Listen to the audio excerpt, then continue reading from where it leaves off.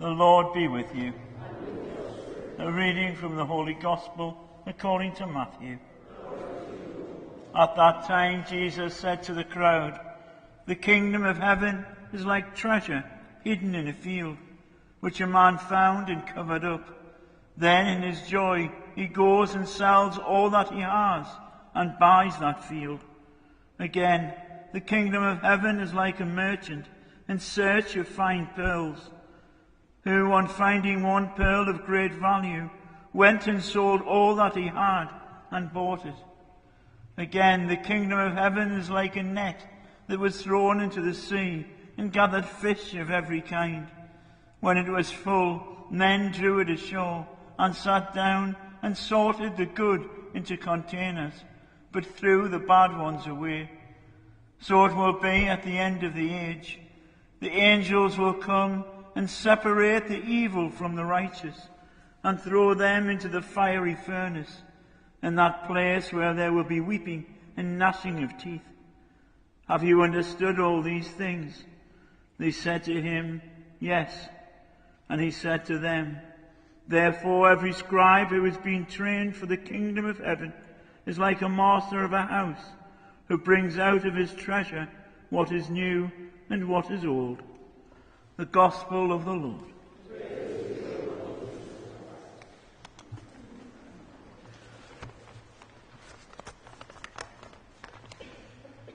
So our first reading was about the wisdom of Solomon, and our second reading, St. Paul telling us that we have a destiny, we've been predestined by God. And I suppose our Gospel is telling us what it's really all about. Treasure hidden in a field and a pearl of great price, the hold of fish, good and bad, so that at the end of the time the bad will be thrown into the fiery furnace. Then the scribes would be instructed in the kingdom of heaven is like a household who brings from his storeroom both things old and new. So we have here, of course, a vision of our faith. The pearl of great price is Jesus himself. It is our faith. And there is nothing greater in life. And this is why we should realize this. This is the wisdom of Solomon. To see that in our lives there's nothing greater than Jesus Christ. Everything is good, holy, everything righteous in our life, everything is worthy in our life is surrounded in the Spirit of God. It's holy, and it all goes back to him. We have to realize that. We have to take all the good in our lives and may it be at the feet of our blessed Lord. So all we can do is give back to him the good things that he gave to us. Or, of course, we can put on a face and follow the world in our hearts and what we say and do and what we don't say and do. It's a challenge, this is why we have martyrs. They light the path for us. They show us the way. They're not just things we occasionally bring out, and we all remember St. John Boast who died for them. No, they're leading lights. They're leading us to Christ. They're showing us that there's nothing greater, even our lives ourselves, than our faith, because that's what the pearl of great price is. It's everything good in our lives. It is our faith. And when we forget that, when we really turn away from that and turn to the worldly things, when we put anything in our lives before that, we're really diminishing it and actually putting ourselves with the bad fish. And Jesus is telling us, isn't he, at the end of time, what happens if we don't do this? And I had to do a reflection this week. And when I was thinking about it, it often comes to us when you think about heaven and hell. I mean, really burning. I had a condition when I was a young man in seminary in London, and a Professor Williamson in the Hammersmith, and he said to me, "You've got one of the most painful conditions that medicine knows." It was a congenital order with my pancreas.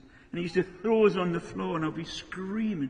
I mean, literally, not just, how people talk metaphorically, I was literally screaming. And I know it wasn't just me because I'm in a specialist ward.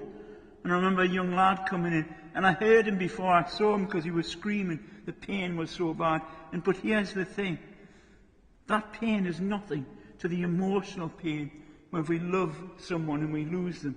Anything to do with love and, having something special, something from our hearts. That sort of pain is far, far, far more painful, far worse than any physical pain could ever be, because it reverberates through our very soul.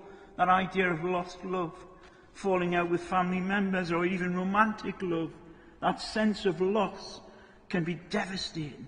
Physical pain is one thing, but it's just one thing.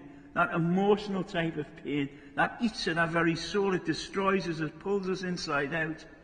Physical pain is like a focus, but emotional pain rips us apart at our very being. And that's the type of thing that we lose when we turn away from God.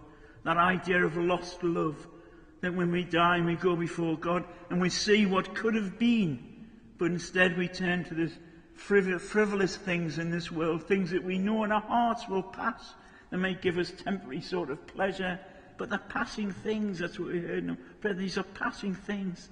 It's the things of eternity that we need to hold on to, because they're the things that endure. We don't want to be in that place. We don't want to go through that terrible sense of lost love, of seeing what is over there and being over here.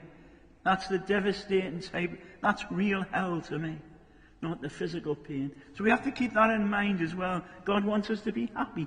It's not a threat, first and foremost. It's a warning, saying, look, you don't accept this now, this test of love. This is the consequence. You've been shown the pearl of great price. You've got it. You're here today. But you have to develop it. You have to hold it in your hearts. Take it through this trial that we call life, so that at the end, when it comes to sorting out the fish, you're not going to be looking back thinking, oh, what if? And have to go through that real pain, that real hell, but instead enjoy the kingdom of heaven.